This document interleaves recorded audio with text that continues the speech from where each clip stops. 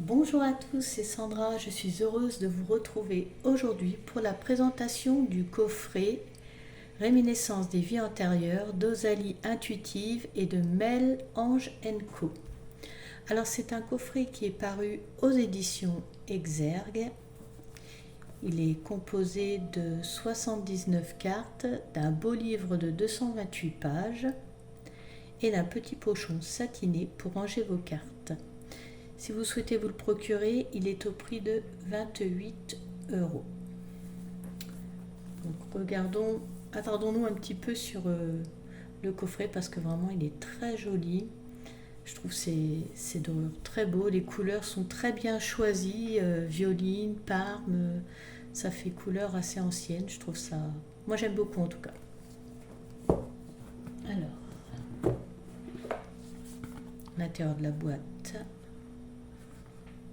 toujours dans le même ton. On va sortir le livret, hein, comme je vous disais, il est assez conséquent. Les cartes dans le pochon, on va les mettre de côté et on les regardera après. Le fond de la boîte pareil que le dessus. Allez, on y va. Parce que plein de choses intéressantes à découvrir dedans. Oui, je voulais vous dire, si jamais le nom de Osalie Intuitive et de Mel Ange Co vous dit quelque chose, alors c'est normal, elles ont sorti il y a quelques mois déjà un autre coffret. D'ailleurs j'avais fait la présentation, l'oracle de l'essence chamanique, et vraiment un super coffret aussi à avoir, très intéressant, très bien fait, je vous le conseille. Alors, revenons à nos moutons, au livret. Quand les couloirs du temps s'ouvrent au présent. Le sommaire. Donc là on a les cartes avec sur quelle page elles se trouvent. Donc on voit qu'il y a une structure, partie 1, partie 2 et derrière partie 3. Donc partie 1, période de vie et lieu, partie 2, qui as-tu été, et partie 3, blessure du passé causée dans la vie antérieure. Ensuite, mot de l'auteur. Donc là, on a un petit mot d'Osalie qui nous souhaite la bienvenue et une belle connexion avec cet oracle. On va lire un petit peu. Allez.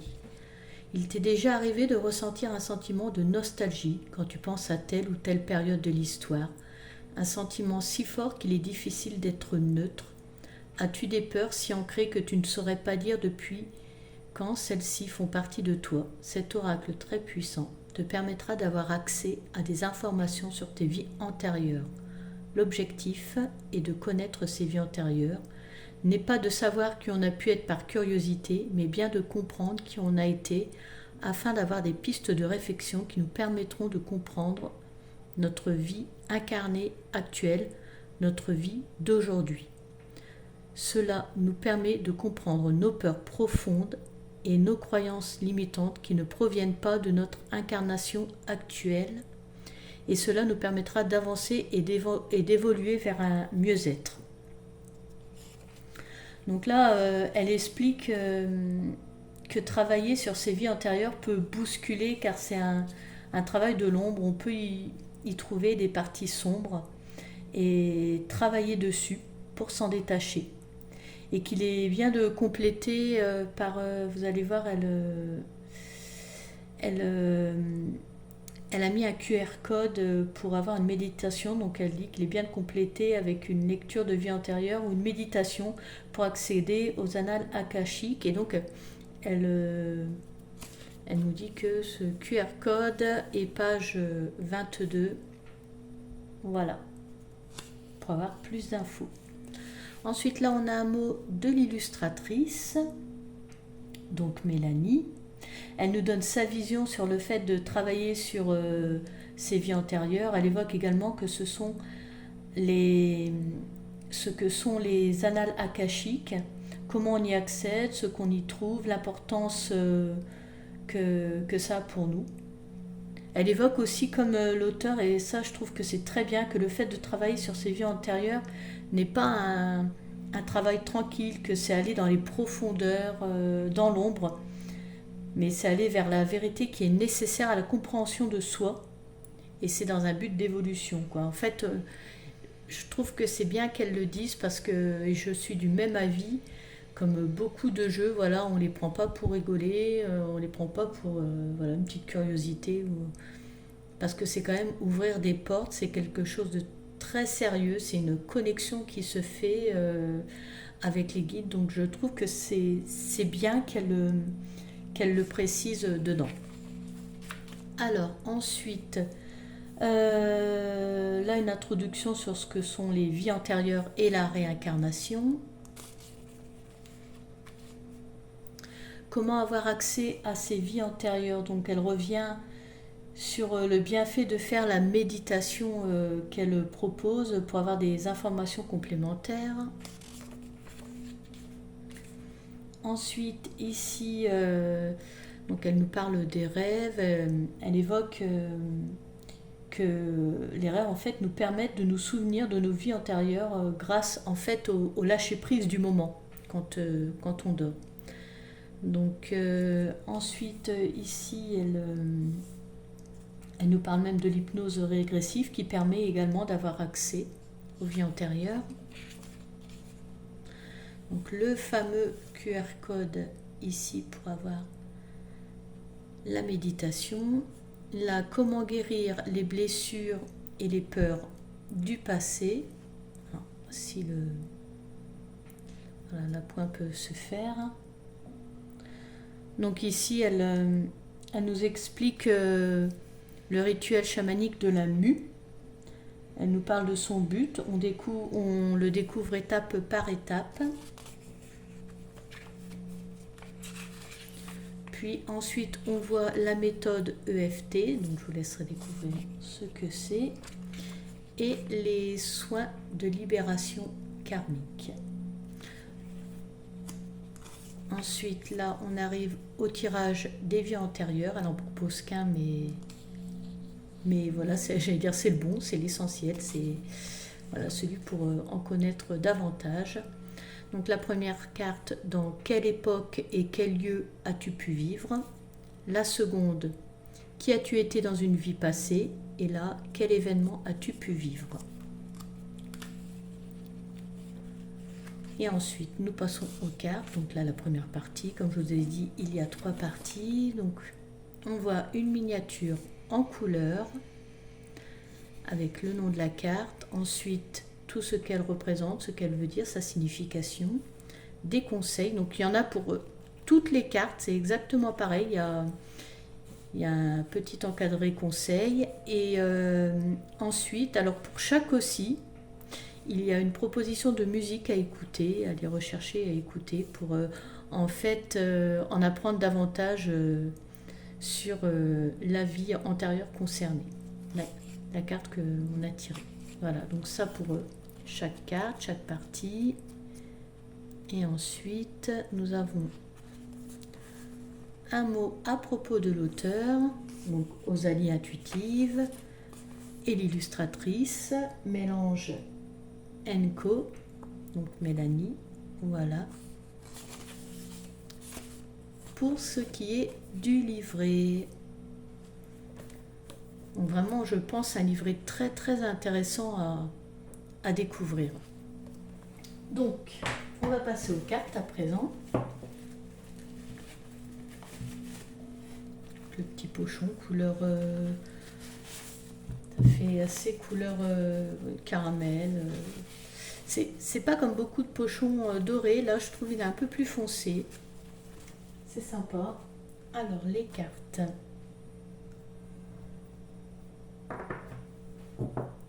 Donc, les tranches sont dorées.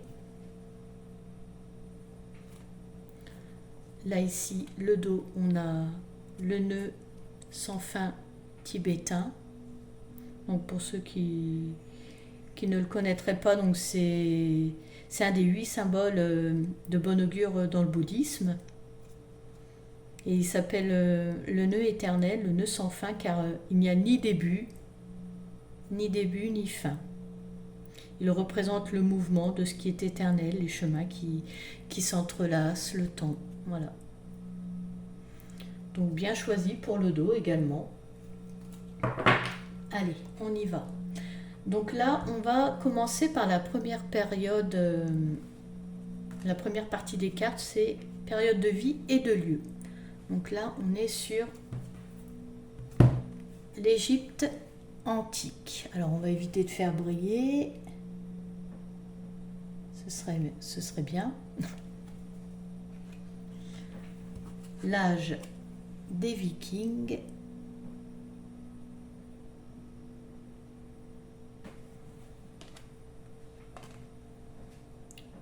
La Chine antique. Le peuple des étoiles. Très jolies illustrations, on va pouvoir dire ça à chaque fois. Les élémentaux.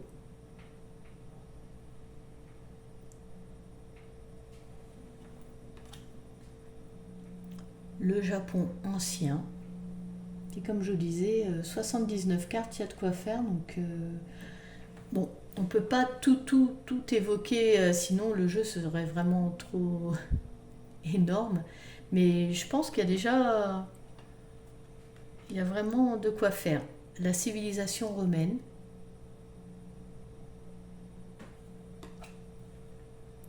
La Grèce antique. Les Amazones.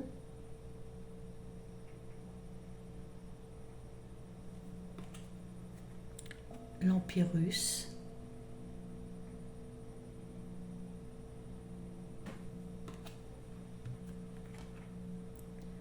Les pays celtiques.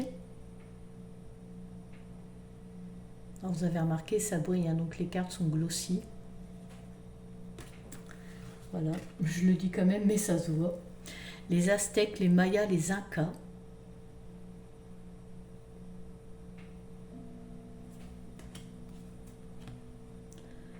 La conquête de l'Ouest américain.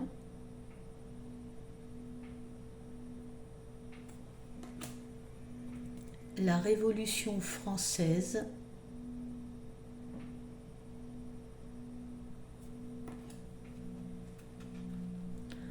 Le Moyen Âge.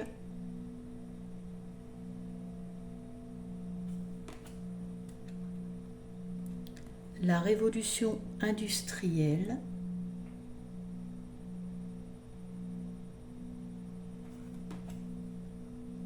Le Royaume d'Atlantide. Donc vraiment là tout est abordé, enfin non, tout n'est pas abordé, mais il y a quand même pas mal, là vous voyez, il y a même l'Atlantide, donc pas de tabou sur les vies antérieures. Le siècle des Lumières. Voilà, il n'y a pas que les choses terre à terre. La Renaissance.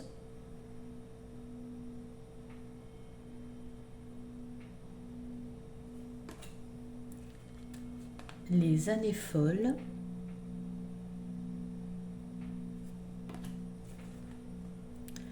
La période coloniale.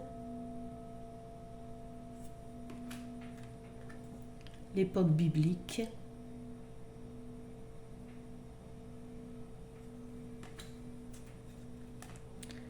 Les communautés religieuses spécifiques. Les guerres.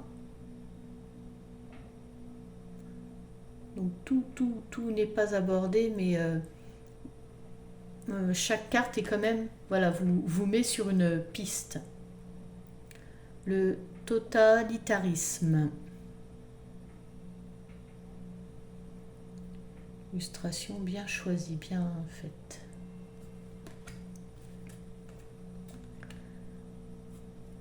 L'Afrique subsaharienne.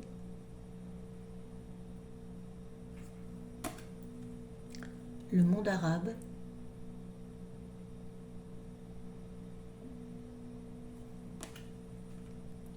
les peuples autochtones,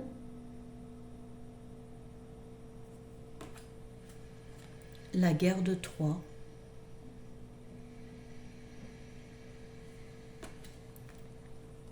pirates.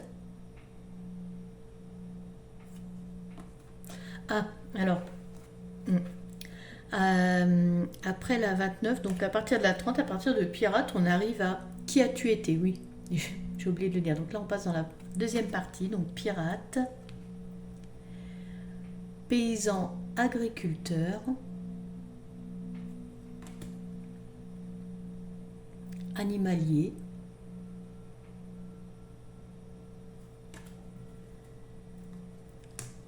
artistes,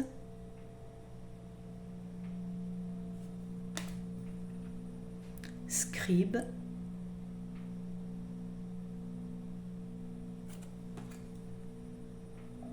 chaman guérisseur,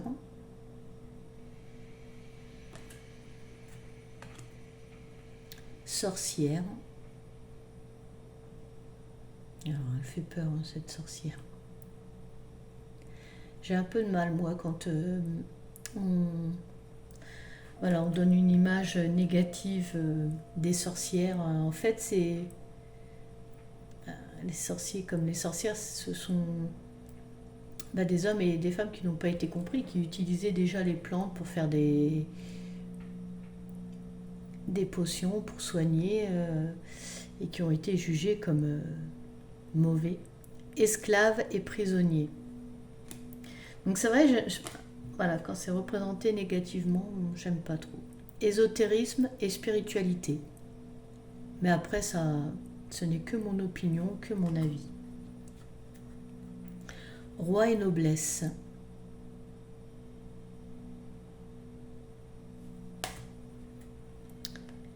Militaire ou chevalier.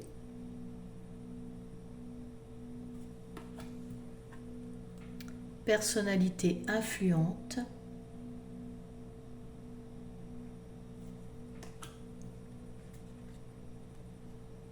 Artisan.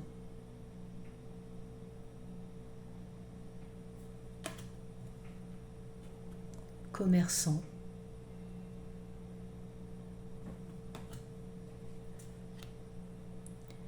Figure religieuse.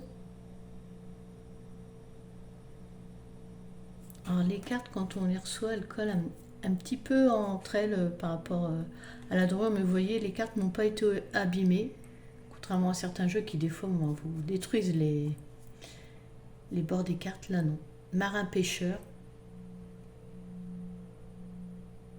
Mais je pense quand même à vous lire parce que moi j'ai eu, voilà, quand je l'ai reçu, c'était un petit peu collé, mais aucun dommage sur les cartes. Explorateur vagabond.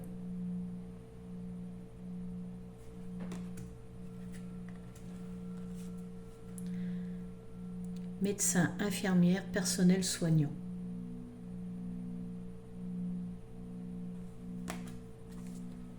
Savant et enseignant. Albert Einstein. Bâtisseur et architecte.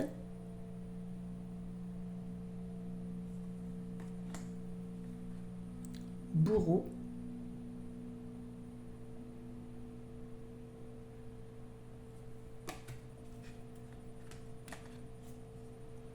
Vie de repos.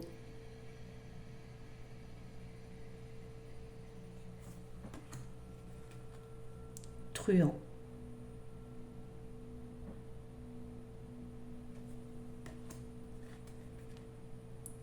Fille de joie.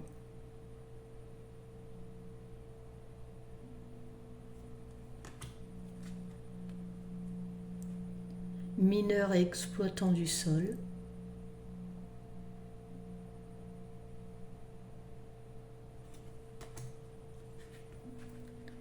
Et la dernière de cette deuxième partie, la justice. Voilà. Donc là, on arrive à la troisième partie, blessure du passé, donc blessure d'abandon. Troisième partie fort intéressante pour le travail si vous faites un tirage pour le travail que vous aurez à faire sur vous, les parts d'ombre, l'alimentation et faim.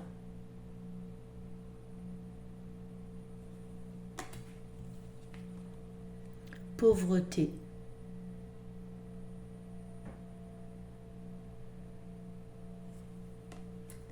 Ce qui va pouvoir permettre certains comportements qu'il peut y avoir ici et maintenant. Blessure de rejet. Blessure de rejet.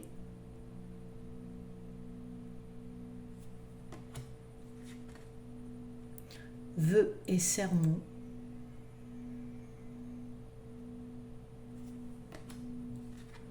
Sentiment de culpabilité.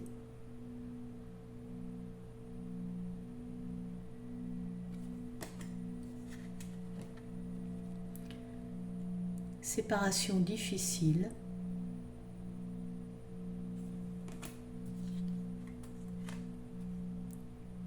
Grossesse douloureuse.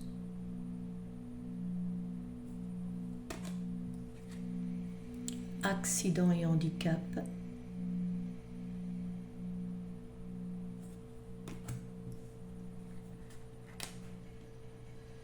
Meurtre et assassinat.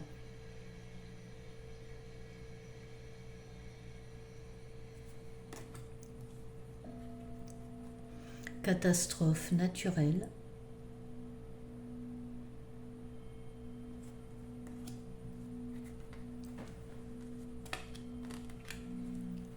Blessure d'injustice.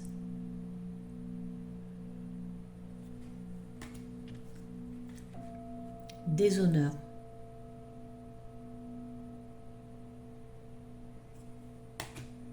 Blessure de trahison.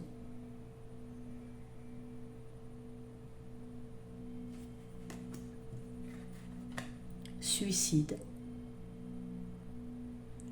Et c'est bien qu'il y ait juste le mot-clé juste en bas, que l'illustration prenne toute la carte. C'est bien, j'aime assez quand c'est comme ça, qu'il n'y ait pas de bordure autour. Enfermement et prison.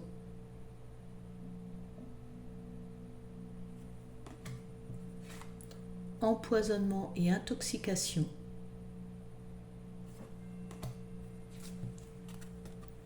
Manipulation.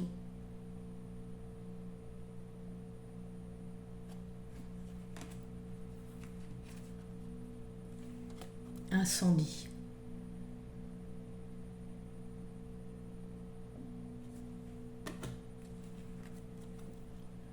Blessure d'humiliation. Les cartes sont très parlantes. Fin de vie traumatique.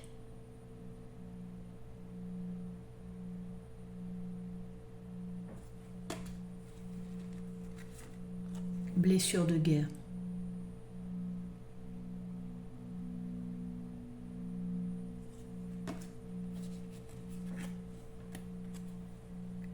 Noyade.